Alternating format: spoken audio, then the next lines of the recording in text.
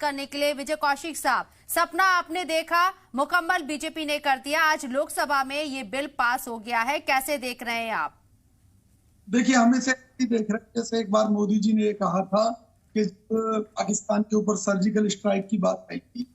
मोदी जी ने कहा कि हमारे विमान बादलों के पीछे छुप जाएंगे और रडार की पकड़ में नहीं आएंगे। तो ठीक ऐसी ही योजनाएं सरकार लेकर आती रहती है। 2024 में मैं देख रहा हूँ अच्छे दिन आएंगे, बुरे दिन आ गए देश के।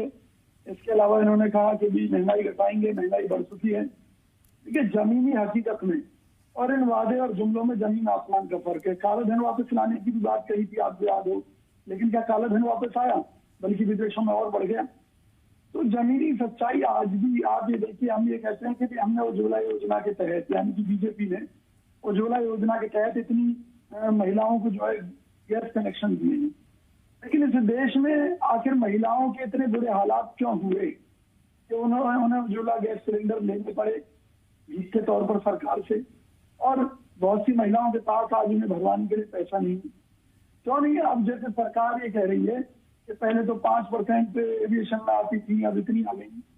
तो क्या मोदी जी मात्र आपके 9 साल के पीरियड में महिलाएं पढ़ लिख भी गई, उन्होंने नौकरियां भी ज्वाइन कर ली? क्या उनके लिए कांग्रेस सरकार की नीतियां कुछ फायदेमंद नहीं थी जिसके चलते वो इस लेवल तक पहुंची?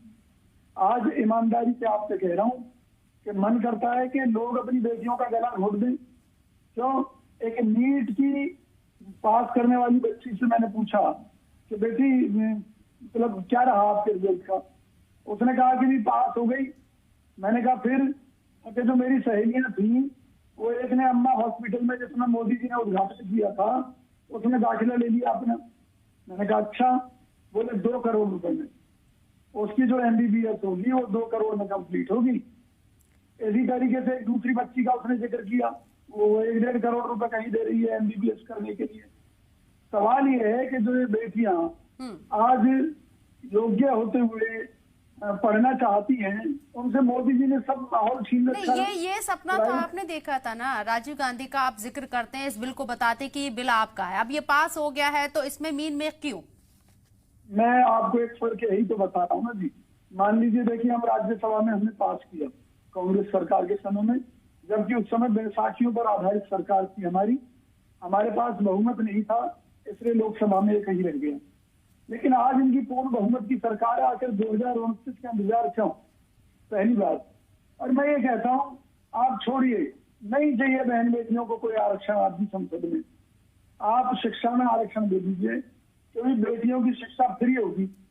क्योंकि जिस दिन बेटियों की शिक्षा फ्री हो गई तो बच्चियां पढ़ लिख कर अपने दम पर खड़ी हो जाएंगी और फिर उनकी दहेज के कारण हत्या नहीं होगी।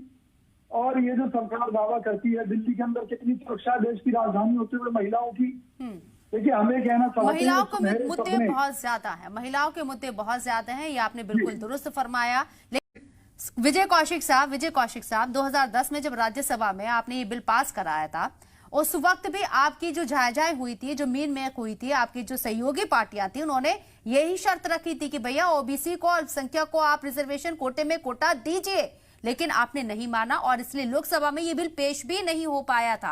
आज 13 साल बाद आपको याद आती है कि ओबीसी कोटा होना चाहिए इसमें, क्यों? देखिए, सवाल बदली हुई क्यों कहा है? आज के इस दौर में जब जातिगत आधार पर महिलाओं के शोषण की खबरें आती हैं, सामूहिक बलात्कार की खबरें आती हैं, तो उन परिस्थितियों में जरूरत पड़ती है इस बात की कि वंचित समाज के लोगों को भी, महिलाओं को भी उनका अधिकार मिले। कहीं ऐसा ना हो कि महिलाओं में भी वही हो जाए कि जो ताकतवर परिवारों की महिलाएं हैं वो आगे आ जाएं और जो कमजोर तबके की महिलाएं हैं उन्हें आगे ही ना आने दिया जाए। इसलिए आरक्षण की मांग की जा रही है। लेकिन कांग्रेस पार्टी अब ये मानती है कि जो परिस्थितियां देश की हो गई हैं, उन हालात में सभी को उनकी जाति के आधार पर आरक्षण दे दिया जाना चाहिए। उसमें ब्राह्मणों को भी आरक्षण मिलना चाहिए, वैश्य समाज के लोगों को भी आरक्षण मिलना चाहिए। यानी कि जिसकी समाज में जितनी भागीदारी, उस हिसाब से उनके लिए आरक्षण कांग्रेस पार्टी देने में विश्वास रखती है। और हमारी सरकार आएगी तो हम देंगे, चाहे महिलाओं की बात हो चाहे पुरुषों की बात हो। जाति आधारित गणित के हिसाब से जो पिछड़ी जाति की महिलाएं हैं उन्हें आगे लाने का हम काम करेंगे। लेकिन जहां तक भाजपा की बात है, तो इनके बगल में छुरी मुंह में राम राम है। इनको डर है कि 2024 का चुनाव ये हारने जा रहे हैं और हारेंगे, क्योंकि कांग्रेस पार्टी का ये विश्वास है कि देश की आधी से ज्यादा आबादी जो महिलाओं की है, उन्हें घर चलाने में बड़ी मुश्किल आ रही है। महंगाई इतनी बढ़ चुकी है, टैक्सों की मार इतनी बढ़ चुकी है, 40 करोड़ लोगों ने तो रोजगार ढूंढना बंद कर दिया, ये हालत है। तो लोगों में त्राही त्राही मची हुई है। तो भविष्य को किसने देखा? आज जिंदा रहेंगे तभी तो महिलाएं 2029 के सपना देखेंगी। आज महिलाओं की दशा बिल्कुल खराब हो चुकी है। आप कह रहे हैं कि जातीय आधारित महिलाओं के अपलिफ्टमेंट की कोशिश है, जिसकी आप डिमांड करते हैं और आप इस आइडियोलॉजी के साथ आगे बढ़ रहे हैं। आपने कहा कि इस वक्त जो है वंचित समुदाय के साथ जो है महिलाओं के साथ शोषण की खबरें आ रही है। कर रही हूँ कि इस बिल से महिलाओं को मिला क्या ग्राउंड के ऊपर, और ये इंतजार अभी और कितना लंबा? ये बिल पास हो गया, ये तारीखी लम्हा है, लेकिन क्या अभी वाकई में महिलाओं के हाथ में वो पावर आई है पार्लियामेंट के अंदर, या ये इंतजार, ये लड़ाई अभी और लंबी चलेगी? कौशिक साहब, देखिए, जो सरकार जिस तरीके से काम करती रही है, कोई बड़ी बात नहीं है कि मोदी जी कल को कहें कि भाई मैं ये बिल इसके बारे में समझ नहीं पाया देश की जनता को, इसलिए वापस लेता। मोदी जी निजी जीवन में महिला के साथ अब न्याय नहीं कर पाए। नहीं, इसमें विरोध नहीं है ना, सपोर्ट तो आप भी कर रहे हैं। इस बिल में विरोध नहीं है। किसान बिल की आप बात कर रहे हैं, उसमें विरोध था, इसमें विरोध नहीं है। देखिए, इसमें विरोध इसलिए नहीं है क्योंकि हम ये चाहते हैं कि मिले, महिलाओं को उनके हक मिले। हमारी सरकार आई थी तो हम 50% तक आरक्षण देंगे महिलाओं को, और क्यों नहीं होनी चाहिए भागीदारी? देश में 2 ही जाति हैं, पूरी दुनिया में 2 ही जाति हैं, एक स्त्री की एक पुरुष की। तो आरक्षण तो इस आधार पर होना चाहिए कि भाई 50-50, क्या बुराई है? फिर उसमें जातिगत चीजों का आप ढूंढ लीजिए, क्या बुराई है? और मैं तो ये कहता हूँ, जो बेटियां आज इंजीनियर हैं, डॉक्टर हैं, सांसद हैं, MLA हैं, वो अपनी योग्यता के दम पर हैं। यानी कि अगर उन्हें योग्य होने का माहौल दे दिया जाए तो निश्चित तौर पर उन्हें आगे बढ़ने से कोई नहीं रोक सकता। और ये इस देश की पुरुषवादी मानसिकता जो है, उस चीज को आगे नहीं बढ़ने देना चाहती।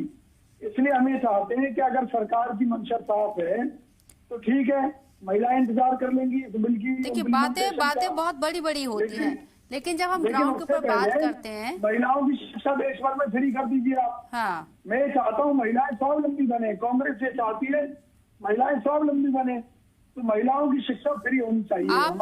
आप देश हित में ये बात कर रही हैं, पूरे एक हिंदुस्तान के अंदर, पूरे नेशन के अंदर आप ये बात इम्प्लीमेंट करने की बात। कांग्रेस ने उत्तर प्रदेश में जब असेंबली इलेक्शन हुए थे 40% खवातीन को टिकट दिया था। वो बात अलग है कि वो जीतकर नहीं आ पाए, 2 सीटें ही कांग्रेस यहाँ लेकर आ पाई, नतीजे अलग है, लेकिन कोशिश कांग्रेस ने असेंबली इलेक्शन उत्तर प्रदेश में किए थे। कौशिक साहब, देखिए, निश्चित तौर पर हमारी पार्टी की सोच हमेशा सकारात्मक रही है।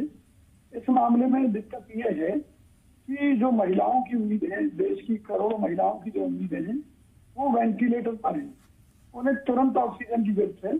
लेकिन ये सरकार कह रही है कि जी अभी तो हमने एक प्लानिंग की है, ये बिल पास कर दिया है, लेकिन अब इसके हिसाब से इतने लंबे समय आपको इंतजार करना पड़ेगा। और उसके बाद ये भी हो सकता है कि कभी भी कोई भी सरकार ये कह दे कि भी हम बिल वापस ले रहे हैं, तो उन परिस्थिति में महिलाओं के अधिकारों का क्या होगा? निश्चित तौर पर मोदी जी केवल राजनीतिक गेम खेल रहे हैं, वो महिलाओं को कुछ देना नहीं चाहते और इस बात का ढिंढोरा पीटकर वो चुनाव जीतना चाहते हैं। मैं कांग्रेस पार्टी की तरफ से देश की महिलाओं को यही विश्वास दिलाता हूं कि कांग्रेस सरकार आने पर हम बराबर की भागीदारी देंगे, और उसमें भी जो पिछड़ी जाति की महिलाएं हैं या जिन्हें, आपकी बात को परखने के लिए बहुत वक्त नहीं है। अब 2023 में असेंबली इलेक्शन है, राजस्थान के अंदर, छत्तीसगढ़ के अंदर, मध्य प्रदेश के अंदर। आपकी कथनी और करनी में फर्क है या नहीं है, ये साफ हो जाएगा जब आप टिकटों का बंटवारा करेंगे इन स्टेट के अंदर। इसमें मैं एक बात और क्लियर कर दूं आपको, छोटी सी बात है। देखिए, हमने महिलाओं को भारी तादाद में उत्तर प्रदेश में टिकट दी है।